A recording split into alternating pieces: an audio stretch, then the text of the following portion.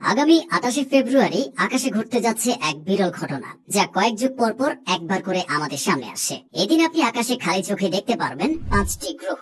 হ্যাঁ, পৃথিবী থেকে আপনি মহাকাশের 5টি গ্রহকে খালি চোখে দেখতে পারবেন এবং সেগুলো কেমন তাও বুঝতে পারবেন। 28 ফেব্রুয়ারি রাতে ঘটতে যাচ্ছে এক মহাজাগতিক ঘটনা। এদিকে এই ঘটনার মারাত্মক প্রভাব পড়বে পৃথিবীতে, যা সবচেয়ে বড় প্রভাব পড়তে পারে ভারতে। জ্যোতিষবিদরা মনে করছেন প্রতিবেশী রাষ্ট্রের সঙ্গে ভারতের সম্পর্ক খারাপ হতে চলেছে। দুই দেশের মধ্যে উত্তপ্ত পরিস্থিতি বাড়বে। প্রতিনিয়ত মহাকাশে ঘটছে বিরল বিরল ঘটনা। পৃথিবীর বাইরের জগৎ নিয়ে আমাদের জানার বা দেখার কৌতূহল বরাবরই বেশি। তেমনি 28 ফেব্রুয়ারি ঘটতে চলেছে এই চমকপ্রদ ঘটনা। সেদিন মহাকাশে 7টি গ্রহ চলে আসবে একটি রেখাংশ বরাবর। এগুলো একসাথে অবস্থান করবে পারস্পরিক সম্পর্কের মতো। এদিন আপনি খালি চোখে দেখতে পারবেন সেখান থেকে 5টি গ্রহ সেই রাতে বুধ, মঙ্গল, বৃহস্পতি, শুক্র, শনি, নেপচুন এবং ইউরেনাস, এই 7টি গ্রহ একটি নির্দিষ্ট রেখা বরাবর চলে আসবে, যা পৃথিবীর বাইরে এক অসাধারণ প্রক্রিয়া উপস্থাপন করবে এবং বিরল দৃশ্য সংঘটিত হবে। সেখান থেকে খালি চোখে দেখা যাবে 5টি গ্রহ।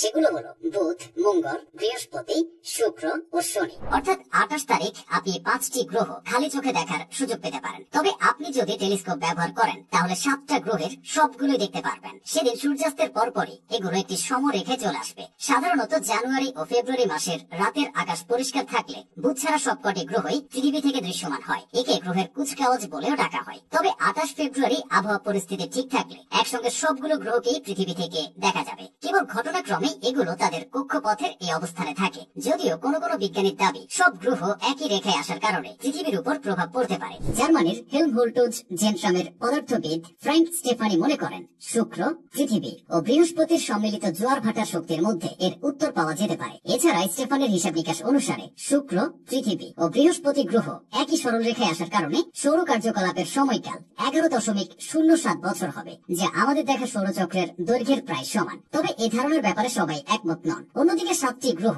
এক সরল রেখায় আসায় পজিটিভ ও নেগেটিভ উভয় প্রভাব সমাজে লক্ষ্য করা যাবে বলে জানাচ্ছেন জ্যোতিষবিদরা। তাদের মতে প্রতিবেশী রাষ্ট্রের সঙ্গে ভারতের সম্পর্ক খারাপ হতে চলেছে। দুই দেশের মধ্যে উত্তপ্ত পরিস্থিতি বাড়বে। তবে ভালো দিক হলো এর প্রভাবে দেশের অর্থনৈতিক পরিস্থিতি মজবুত হতে চলেছে। গবেষণামূলক কাজে ভারত উল্লেখযোগ্য অবদান রাখতে চলেছে। আকাশ দেখা যাদের শখ, তাদের জন্য এরকম ঘটনা খুব আনন্দের। মাঝে মধ্যে গুটি কয়েক গ্রহ সারিবদ্ধ হলেও একই সঙ্গে 6টি বা 7টি গ্রহ এক রেখে সারিবদ্ধ হওয়ার ঘটনা বেশ বিরল। ফেব্রুয়ারির শুরুর দিকে সন্ধ্যার আকাশে চাঁদ থাকায় গ্রহগুলো দেখতে একটু অসুবিধা হতে পারে। তবে শেষের দিকে চাঁদ যখন কৃষ্ণপক্ষে চলে যাবে, অর্থাৎ অমাবস্যার সময় গ্রহগুলো শেষবারের মতো একই লাইনে নিজেদের অবস্থান জানান দেবে ভালোভাবে। ফেব্রুয়ারির শেষ 10 দিনে শনি গ্রহ বিদায় নেবে সন্ধ্যার আকাশ থেকে। এরপর গ্রহদের মিছিলে দেখা যাবে নতুন সদস্য বুধকে। এটিকেও খালি চোখে দেখা যাবে পৃথিবী থেকে। মার্চের প্রথমার্ধের পর গ্রহগুলোকে আর এভাবে একসঙ্গে সন্ধ্যার আকাশে দেখা যাবে না, অর্থাৎ গ্রহদের মিছিল তখন শেষ।